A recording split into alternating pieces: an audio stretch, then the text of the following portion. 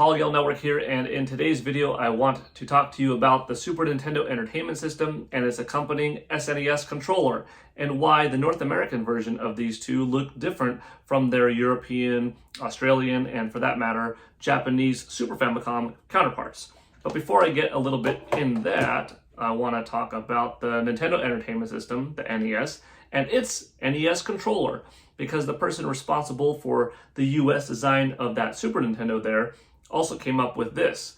That is Lance Barr, who worked at Nintendo of America from 1982 to 2021. He retired not too long ago after a whopping 39 years. Very impressive. And he was given the task of transforming Japan's family computer, or the Famicom, into this design, making it look different than any other video game console that came out before it in the United States, and make it fit in with a Western entertainment center. So as things were in the West at the time, such as VCRs, they were very boxy, rectangular, hard angles. The Super Famicom ended up being an evolution of this design, which we'll get to in a moment. But the Famicom did not look like this at all. It was a beige and red system, and Lance thought that for the United States, this would be the best look. And you know what? It's a look that has stood the test of time. It's iconic nowadays. You see it on t-shirts everywhere, and it's a very popular image. But it has a flat top. It has a flat bottom. Its ventilation is on the top. It's gray, which is a color that's oftentimes used to display intellect, and it fits in with your otherwise very boxy setups.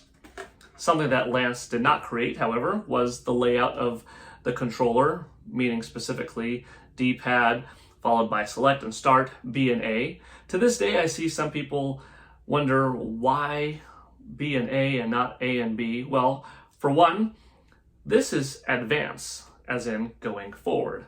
This is back, as in traveling backwards. And if you think about it, back would be on your left, advance would be on your right. This would be your primary position and your secondary position. As you grab the controller, your thumb is on primary, followed by secondary, shifting in. In many games, this would also be accelerate, followed by brake.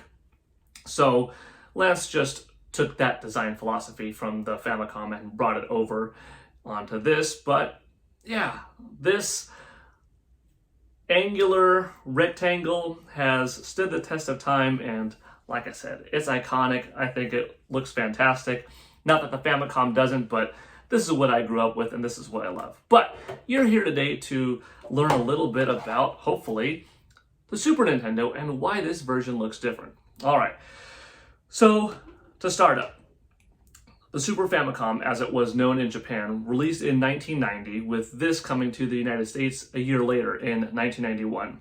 The Super Famicom, in Lance's opinion, wouldn't suit well in the United States because it looked a little bit too toy-like, a little bit soft around the edges. It wasn't very sharp and angular of a system. And Lance believed in something called design semantics. Design semantics is when an object looks like the way it is supposed to operate. It's a system of power, strength, highly advanced technology that far exceeds this thing right here. So it should have some hard, sharp angles, but be a little bit more modern, smaller in design, sleek and elegant. Whereas the Super Famicom and its more round, more safe edges, he didn't think would fit well into US's demographic and would look a little bit more toy-like. The color was kept relatively similar, being gray. As I mentioned earlier, gray is a color that symbolizes intellect. Gone also was the little red, blue, yellow, and green, which is an interesting choice that Nintendo put on the Super Famicom, and I'll get to that in just a moment, and instead was placed purple, which symbolizes royalty. Nintendo in the 1980s and early 1990s was synonymous with royalty in video games. They brought video game industry out of the dark ages, post-crash, and reinvigorated everything, and is modern gaming. And to this day, many people say Nintendo as their first thought when it comes to video games. So that's the reasoning behind the colors. Also, if you look at this model and compare it to the Super NES that was released in Europe a year later, 1992 in Australia, and look back at the Super Famicom in Japan, this is very much so not a flat surface. Why was this a flat surface? Well, they didn't know what would end up happening. The majority of repairs sent in for the original NES to North American repair shops that Nintendo of America had to handle were due to spillage. Why? Due to the flat top, a lot of people ended up placing bowls or cups on it, and things would knock over and spill. So Lance made this have very little surface area. Not that the whole Super Nintendo is that much smaller than the NES, which it is. This is actually bigger than the Super Famicom or the European version of the Super NES, but it has the least amount of surface area per zone as far as flat surfaces go. This is a flat zone, flat zone, flat zone, and that's about it. It doesn't really say, hey, put something on top of me. If anything, this is designed to, be on top of something else, which is also why Lance made the bottom very flat, because Nintendo had the forward ambition of potentially adding hardware to their existing hardware, which is why the bottom had to be accessible and be friendly for ports, such as the ill-fated Nintendo-Sony crossover in which this was going to sit on top of. And he thought that the Super Famicom didn't look good when put on top of similar objects of a comparable nature, different gray tones, that kind of thing. Whereas this looks like, this is designed to sit on top of something, especially if Nintendo ever adds anything to it. The controller was curved, although that is a Super Famicom thing. And it, of course, also has the 4 buttons, but differently colored. Something also different from the Super Famicom version is that these two are concave. They go in, the Y and X, and these two are convex or flat, being B and A. So that's a little bit different. And then the reason for that is when you're playing, you can know, this is Y and X, this is B and A, without having to look down because your fingers have a feeling around them. Going into the design semantics, 2 different things were in the mindset when designing both of these. We're taught as young children that hard, sharp edges symbolize strength, power, fierceness. Don't touch, it's dangerous. This is not to be played with and touched. This is to go in your entertainment center. This is a little bit more friendly with its angles, but still not designed to be the toy that you play with. This is warm and comforting. As children also, we're taught that curved edges are safe, approachable. They inspire touch. They inspire wanting to be held. And that is a design philosophy in Japan that they came up with the Super Famicom that translated over into the United States. But it's all design semantics. So there's really a lot of thought process that goes into why they made this design the way they did. As far as the coloring goes, what's also different is in Japan, this was red followed by yellow, green, and blue.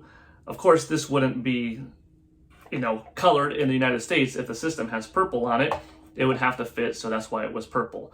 But something interesting, why were the original colors that? Well, A was the alpha position, the primary position, and it was red for east, the land of the rising sun. Look at Japan's flag. As you traveled clockwise going down, you had yellow right here for the earth beneath. As you continue to go clockwise into the Y position, Y being tertiary, third. Y has 3 points in it. It was the third button in this clockwise pattern and was green for the horizon, the grass.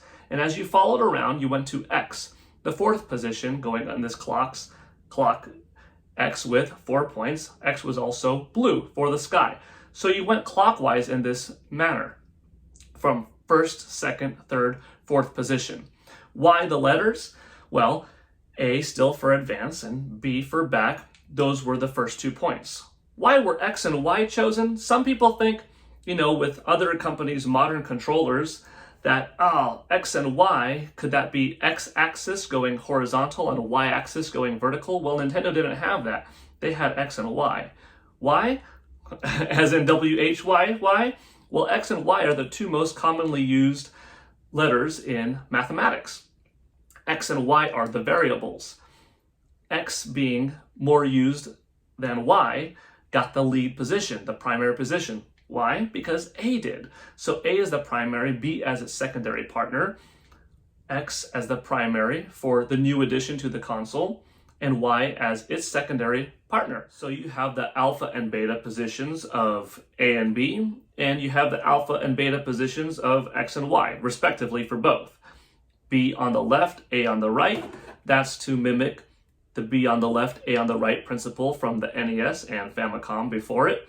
And Y on the left, X on the right, because those are just matching the principles established with B and A. This also complements the Tadagaki style of writing in Japan, which is read in columns from top to bottom, from right to left. You would read the passage top to bottom along the way from right to left. New entry, top to bottom from right to left.